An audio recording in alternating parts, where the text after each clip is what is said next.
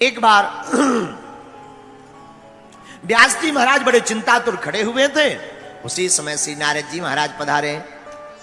देव ऋषि नारद जी महाराज की नारायण नारायण कहते हुए नारद जी आए। महाराज आप बड़ी चिंता में दिखाई पड़ रहे हैं, मुंह लटका हुआ है, क्या कारण है? ये मुंह क्यों लटकाए हो? महाराज कुछ मत पूछो। नहीं नहीं बताओ बताओ क्या कारण है?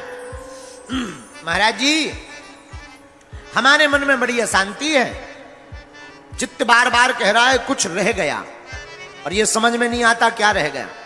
देखो एक बात और यहां पर बढ़िया बता दें, मन को शांत करने के 6 उपाय हैं। क्या उपाय हैं? बोले 6 उपाय। अच्छा मन शांत कैसे होगा? 6 उपाय शास्त्रों में वर्णन आया है। एकांत वासो लघु भोजनादौ मौनम निराशा करनावरोधा। मन को शांत करने के 6 उपाय शास्त्र कहते हैं। पहला उपाय एकांत में वास करो, अकेले रहो। मन बड़ा अशांत रहता है, अकेले रहना सीख जाओ। दूसरा उपाय अल्प भोजन, थोड़ा कम खाओ। कई लोग इतना खा जाते हैं कि भोजन ही मना जब कर दे कि बस भैया रहने दो, हम वरना बाहर निकल आए, तब लोग उस मानते हैं। अच्छा पेट भी बड़ा खतरनाक है, कितना भी खा लो शाम को फिर कहेगा ले आओ कुछ, थोड़ा तो ले आओ, अब बहुत देर हो गई।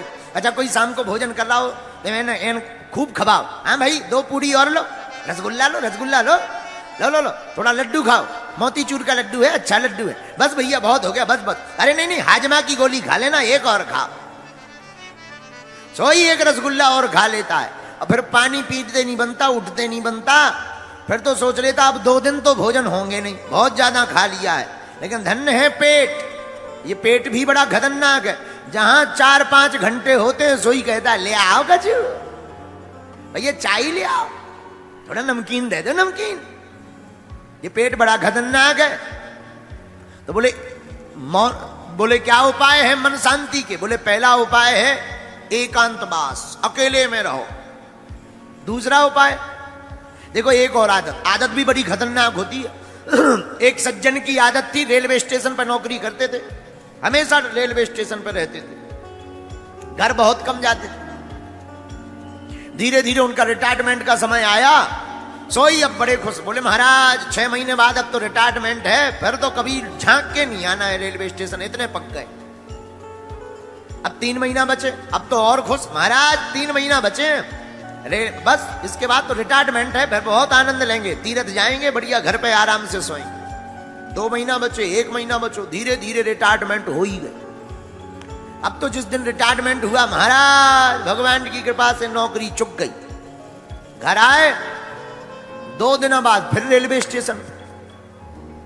किसी ने कहा तुम तो कह रहे थे कि लौटकर झांकना नहीं है रेलवे स्टेशन की तरफ, फिर से क्यों आ गए?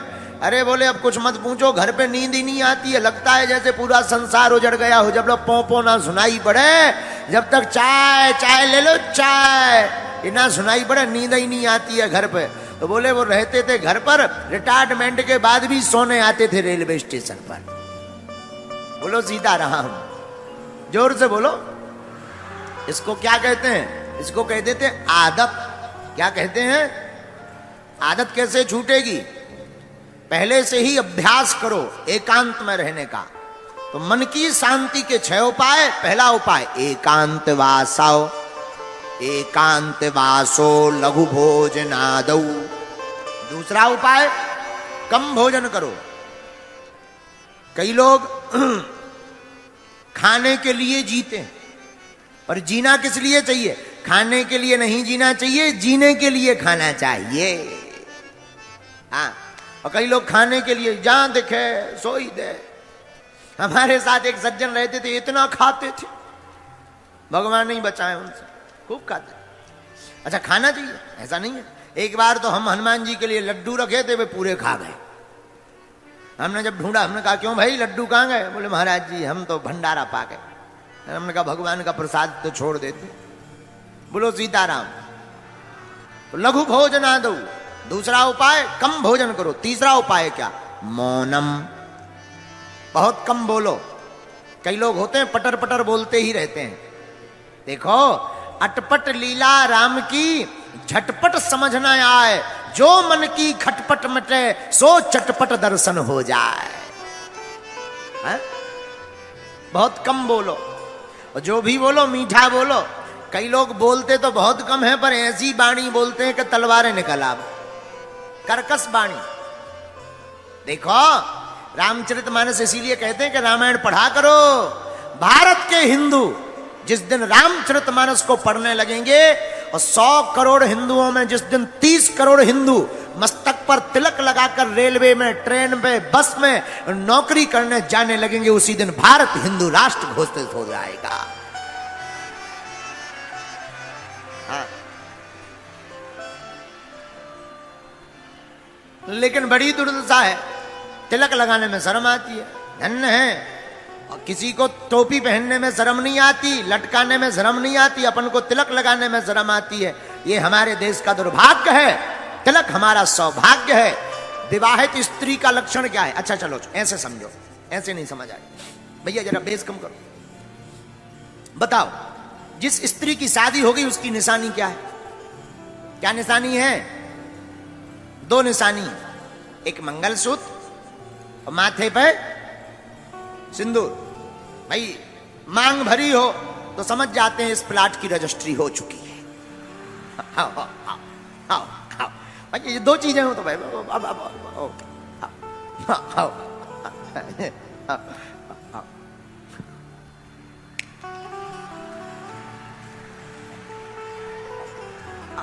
ऐसा उठा मान लेते हैं दूर से, भाई मान लिया जाता है। क्या भाई जुआ नहीं भाई हमारे पसीना है आगे से आओ। नहीं तो कल ही भाई हम अगर ज्यादा, एक बार हम एक जगह कथा कर रहे थे, सिर खुजा रहे थे, एक ठैया वो दवाई लेके आ गए। गुरुजी आप कथा में सिर खुजाने लगते हो, जुआ हो गया हमके ठटरी के बारे भाई जी। मैंने विवाहित स्त्री का लक्षण क्या है? 2 लक्षण, एक मांग में सिंदूर और गले में मंगलसूत्र, हम लोग समझ जाते हैं फ्री है। अच्छा भक्त के लक्षण क्या है? हिंदू के लक्षण क्या है? भक्त के भी 2 लक्षण हैं। माथे पर भगवान के नाम का तिलक हो, गले में राम जी के नाम की कंठी माला हो, तो दूर से व्यक्ति समझ जाती है भगवान का भक्त है। लेकिन दोनों ही गायब है। अच्छा एक और सुन, अच्छा बात निकली है तो पूरी कहें। गले में माला होती है, गले में माला। कुत्ता 2 प्रकार के होते हैं, एक पालतू एक फालतू। कितने होते हैं? 2, एक पालतू एक फालतू। अच्छा इनमें अंतर क्या है? जिसके गले में पट्टा हो वो है पालतू, और पट्टा नहीं है तो कोई भी दे टाइम टाइम उसे फालतू कहते हैं। भाई कोई पट्टे वाला कुत्ता शैतानी कर दे तो कुत्ता को नहीं मारा जाता, मालिक को ढूंढा जाता है। हाँ जी या ना जी बोलो। तो पालतू के लक्षण गले में पट्टा, फालतू के लक्षण कुछ भी नहीं। उसी प्रकार भक्त का लक्षण है, जिस भक्त के गले में माला होती वो राम जी का पालतू होता है, और जिसके गले में माला नहीं होती है वो फालतू होता है। बोलो सीताराम, जोर से बोलो। एकांत वासौ लघु भोजनादौ मौनम निराशा करनावरोधा। तो शांत रहने के 6 उपाय क्या हैं? पहला उपाय एकांतवास, दूसरा उपाय कम भोजन, तीसरा उपाय मौन रहिए। ऐसी वाणी बोलिए मन काया पाखो, औरों को शीतल करे आप शीतल। ऐसी मीठी वाणी बोलिए, प्रेम पूर्वक बोलिए। महाराज जी, हाँ जी, सीताराम जी, हाँ जी, नमस्कार जी, ऐसी राम राम जी, राधे श्याम जी। कितना अच्छा संबोधन है? सीताराम कहो। लेकिन कई लोग ऐसी वाणी बोलते हैं। एक बात और, शब्द संहारे बोलिए, शब्द के हाथ न पांव। एक शब्द औषधि करे, एक शब्द करे घाव। ये जो 2 ग्राम की जीभ है ना, यही खतरनाक है। यही जीभ तुम्हें जूता पड़वा देगी, यही जीभ तुमको बढ़िया जो है सम्मान दिला देगी। तुम किसी को कहोगे सीताराम जी, सोई तुमको चाय मिलेगी, अच्छा भैया चाय पी लो, पानी पी लो, और तुम कहो काय बे, सोई दे, लाल पड़ जाओ। ये जीभ बहुत खतरनाक है, चाहे जैसा प्रयोग करो, एक अक्षर में अर्थ का अनर्थ हो जाता है। बोलो सीताराम। इसलिए शास्त्र कहते हैं मन को शांत करने का एक उपाय और है। बोले क्या? मौनम। मौन हो जाओ। आपने देखा होगा बड़े बड़े महापुरुष कम बोलते हैं, वाणी बोलने से तेज क्षीण होता। महात्मा बैठे हैं, आपको ज्ञानी, महाराज जी आप तो सब ज्ञानी हो, हम तो बहुत नालायक आदमी हैं। एक जगह लिखा है अत्यधिक बोलने से जिस प्रकार वीर क्षीण होने पर शरीर में कमजोरी आती है, वैसे ही बोलने से भी शरीर में कमजोरी आती है। हाँ, या फिर ज्यादा बोलो तो ज्यादा सुनो भी। हमारे गुरुजी का वाक्य है, पूज्यपाद जगत गुरु भगवान श्री तुलसी पीठाधीश्वर गुरुदेव भगवान कहते हैं, भैया बढ़िया वक्ता बनना है तो बढ़िया श्रोता बनो, ज्यादा सुनो। बढ़िया गुरु बनना है तो बढ़िया चेला बनो, बढ़िया बाप बनना है तो बढ़िया बेटा बनो। तो साधु कहते हैं 6 उपाय: एकांतवास, कम भोजन, मौन होना, और चौथा उपाय क्या? निराशा। किसी से आशा मत रखो, क्योंकि सबसे ज्यादा मन अशांत रहता है अपेक्षा रखने से। किसी से आशा रख ली, अमुक आदमी हमारा मकान बनवा देगा, अब मकान नहीं बनवाया, सोई दिमाग खराब, दिमाग में एकदम उलझन। इसलिए तो हमने कई बार कहा, आशा एक राम जी से, बाकी आशा छोड़ दे, नाता एक राम जी से, दूजा नाता तोड़ दे। आशा रखनी ही तो राम जी से रखो। इसलिए साधक कहते हैं, एकांत वासो लघु भोजनादौ, मौनम निराशा कर्णावरोधा, मुनिरसौ संयमनम सडेते, चित्त प्रसादम जनयन्ति शीघ्रम। शास्त्र कहते हैं एकांतवास, कम भोजन, मौन रहना, किसी से आशा ना करना, कोई अपेक्षा मत रखो। मांगना ही है, भिखारी में दुनिया से क्या मांगना। तुम जिनसे मांगने की अपेक्षा करते, ये खुद भिखारी है, ये भी तो भगवान के दर पर मांग रहे। ये दूसरों, जो अमीर आदमी है वो भी अपने अमीर से मांग रहा, हमें भी लोन दो, वो खुद भिखारी है। जब खुद भिखारी है तो भिखारियों से भीख क्या मांगना? मांगना ही है तो दाता से मांगो, और दाता एक राम जी, भिखारी सारी दुनिया। राम जी के अलावा कोई भी इस दुनिया में दाता नहीं है। हा? और एक बात, सब मांगते हैं। अच्छा एक बात और, जो भिखारी हैं तुम उनसे मांगोगे, पता भी नहीं कि देंगे कि नहीं देंगे। कई लोगों को तो निराशा ही हाथ लगती है। और राम जी से मांगोगे, एक तो वो देंगे नहीं, देंगे तो सुदामा की भांति भर भर के देंगे। तो मौनम निराशा, कोई आशा मत रखो। और 5वां उपाय, इंद्रिय संयम। इंद्रियों पर कंट्रोल करो, मन शांत रहेगा। छोटे छोटे बच्चे जितने भी यहाँ पढ़ने वाले हैं, बहुत से बच्चे कहते हैं, महाराज जी हमारा मन नहीं लगता। न कटा, मोबाइल देख रहे हो, रील चला रहे हो, ठुमका देख रहे हो, फलाना बदनाम हुआ ठिकाने के लिए। इन्हीं रीलों के चक्कर में तो बर्बाद है। अब पहले के जमाने में आगे को लोगों टिकटॉक है तो वो बंद होगा। अब हमको सिखाया गया, बोले गुरुजी अब रील चल गई, रील में कुछ नहीं होता, फील टाइम भर बर्बाद होता है। तो भाई मन शांति का उपाय क्या है? वासना से बचना है तो चलचित्र को देखना बंद करो। बहुत से बच्चे आते, महाराज जी मन में बहुत गंदे विचार आते। ये जितने पढ़ने वाले बच्चे हैं वो सुनो ध्यान से, युवान बच्चे जो पढ़ाई कर रहे हैं, भैया वासना से बचना है तो चलचित्र देखना बंद करो। इंद्रिय संयम, इसे शास्त्र में इंद्रिय संयम कहा। आंखों को क्या देखना चाहिए? कान दिए सुनवे को सत्संग, आंख संतों के दर्शन के लिए दी, कान किस लिए? भगवान की कथा सुनने। अब कई बच्चे तो कान में लगा लेते हैं लीड, अब दोनों तरफ लीड लगा करके कोई भी गाली बकता रहे, कोई पता नहीं गुंचुम कर रहे ठटरी के बरे। भगवान ने तुम्हें म्यूजिक सुनने के लिए कान नहीं दिए, फिर किस लिए दिए?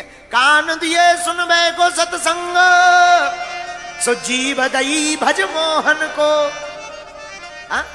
कान भगवान की कथा सुनने के लिए भगवान ने दिए, पर जीभ, ये जो जीभ है इसके चटकारे लेकर बढ़िया चाट पकौड़ी खा करके चटकारे लेने के लिए नहीं दी, फिर किस लिए जीभ दी?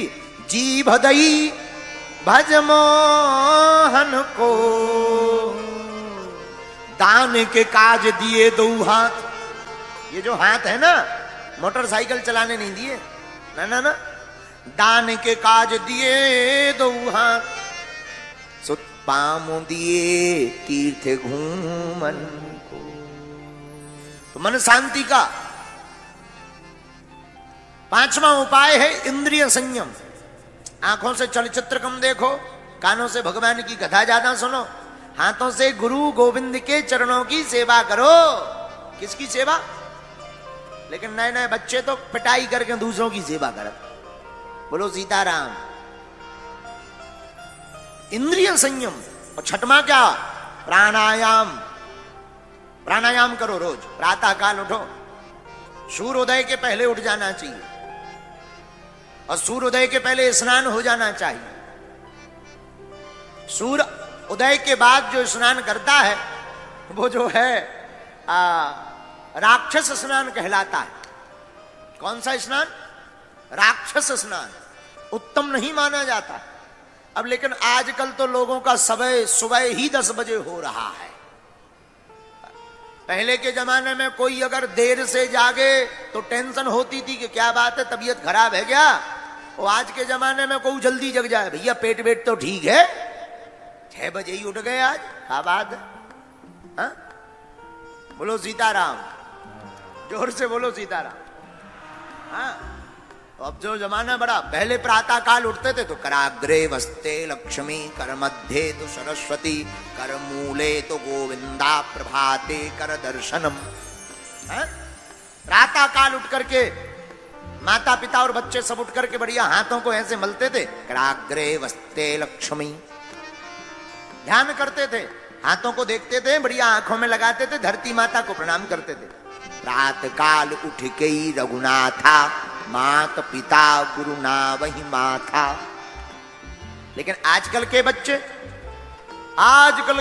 और आजकल के व्यक्ति उठते हैं तो कराग्रे वस्ते लक्ष्मी, कर मध्य तु सरस्वती, कर मूले तो गोविंदा, प्रभाते चाय कप दर्शनम। हाँ, आजकल श्लोक का अर्थ ही बदल गया। प्रभाते कप दर्शनम, पड़े पड़े ही चाय बन गई, 2-2 बार ठंडी हो जाए, बस 5 मिनट हो, बस चाय बनाओ, भर आंखें खुलेंगी। धन्य है इंसान का जीवन। अरे प्रातः काल उठ करके ठाकुर जी को बगल में रखो, ठाकुर जी के दर्शन करो, माता पिता के दर्शन करो, गुरु जी का चित्र रखो, गुरु जी के दर्शन करो, जिनसे चेतना मिलनी है, ज्ञान मिलना है, सद्विचार मिलने हैं, सद्विवेक बनना है, सद्बुद्धि प्राप्त होनी है। ऐसे महापुरुषों की जीवनी और उनके चित्र को अंकित करो, उनके चरित्र को पढ़ो। चित्र के पीछे भागोगे तो वासना में रहोगे, चरित्र के पीछे भागोगे तो उपासना प्राप्त कर जाओगे। ये 6 उपाय शास्त्र में मन शांत करने के बताए हैं। कोई भी अशांत व्यक्ति इन 6 उपायों को अगर करे, कितना भी अशांत हो, तो वो जो है अपने मन को चिर स्थिर